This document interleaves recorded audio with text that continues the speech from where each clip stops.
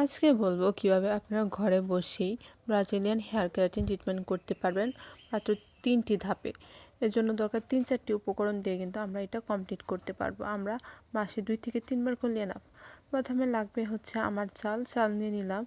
এখন লাগবে হচ্ছে মেথি, আপনার প্রয়োজন মতো নিয়ে নেবেন। এখন লাগবে হচ্ছে কালো জিরা। আমার চুলে যতটুকু প্রয়োজন আমি ঠিক ততটুকু নিয়ে নিয়েছি। আপনাদের চুলে আপনাদের প্রয়োজন মতন আপনারা নিয়ে নেবেন। এখন এই মিশ্রণটিকে আমি 3-4 ঘন্টা পর্যন্ত রেখে দিয়েছিলাম। এখন এটাকে আমাকে জাল করতে হবে। এটা কিন্তু ভালো করে ওয়াশ করে তারপর 3-4 ঘন্টার জন্য রেখে দেবেন। ময়লাটাকে রাখবেন না, পরিষ্কার একটা পানিকে 3-4 ঘন্টা রাখবেন। এখন আমি একটি পাত্রে এটাকে জাল করার জন্য নিয়ে নিয়েছি। ওইটুক পানি দিয়ে কিন্তু আমি জাল করছি। এখন আপনারা রেগুলার যে তেলটা ইউজ করেন সেই তেলটা চুলে অ্যাপ্লাই করবেন গোড়া থেকে আগা পর্যন্ত খুব ভালোভাবে। এখন যেটা জাল হচ্ছিল ঠিক ততক্ষণ পর্যন্ত আপনি একটা জাল করবেন, ততক্ষণ না পর্যন্ত এটা ভাত হচ্ছে। ভাতটা একটু নরম করবেন, শক্ত শক্ত রাখবেন না, নরম করবেন। জাল করার আগে আমি এখন ব্লেন্ড করব, একটু পানি রাখার চেষ্টা করবো। আমি একদম পানি শুকিয়ে ফেলেছিলাম এবং ব্লেন্ড করার সময় আমি কিছুটা পানি অ্যাড করতে হয়েছিল।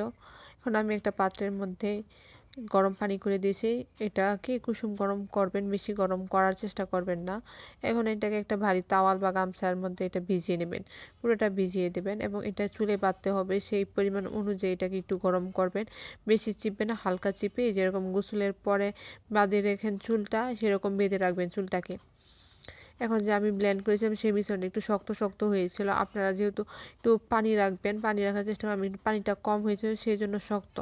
এটাকে আমি কেন করছি, কারণ এটার মধ্যে অনেক দানা আছে, সেই দানাগুলো চুলে কোনো প্রয়োজন নেই, সেই জন্য এটাকে আমি চিপে নিচ্ছি। এই যে এরকম হবে। এটা কিন্তু একটু শক্ত হয়েছিল, আপনি একটু নরম করার চেষ্টা করবেন, মানে একটু পানি বেশি করে দেবেন যাতে নরম হয় মিশ্রণটা। আমি কেন বলেছিলাম এটা চিপে নেবেন, দেখেন কি পরিমাণ দানা আমার রয়ে গেছে কাপড়টিতে। দানাটা কিন্তু কোনো প্রয়োজন নেই। এবং এই মিশ্রণটাকে আপনারা 40 থেকে 50 মিনিট চুলে রাখবেন, চুলের আগা থেকে গোড়া পর্যন্ত পুরোটাই অ্যাপ্লাই করবেন। এটার মধ্যে কিন্তু আপনারা একটু নরম করে নেবেন এবং এটা ইউজ করার 40 থেকে 50 মিনিট পরে আপনারা এটা শ্যাম্পু করে নেবেন। শ্যাম্পু করার পরে আপনার কন্ডিশনার ইউজ করবেন। কন্ডিশনারটা কিন্তু এটা ইউজ করা ছাড়াও যখন আপনার শ্যাম্পু করবেন তখন কন্ডিশনার ইউজ করবেন। কন্ডিশনার কিন্তু চুলের জন্য অনেক উপকারী, এটা ড্যামেজ রিপেয়ার করে। এখন যদি আপনারা এটা না করেন তাহলে চুল কিন্তু আরও ড্যামেজ হবে। এই মিশ্রণটাকে মাসে 2 থেকে 3 বার ইউজ করবেন, তাহলে ভালো একটা রেজাল্ট পাবেন। চুলটা সিল্কি হবে অনেক। ধন্যবাদ পুরো ভিডিওটা দেখার জন্য। এই নিয়মে করলে অবশ্যই ভালো একটা রেজাল্ট পাবেন।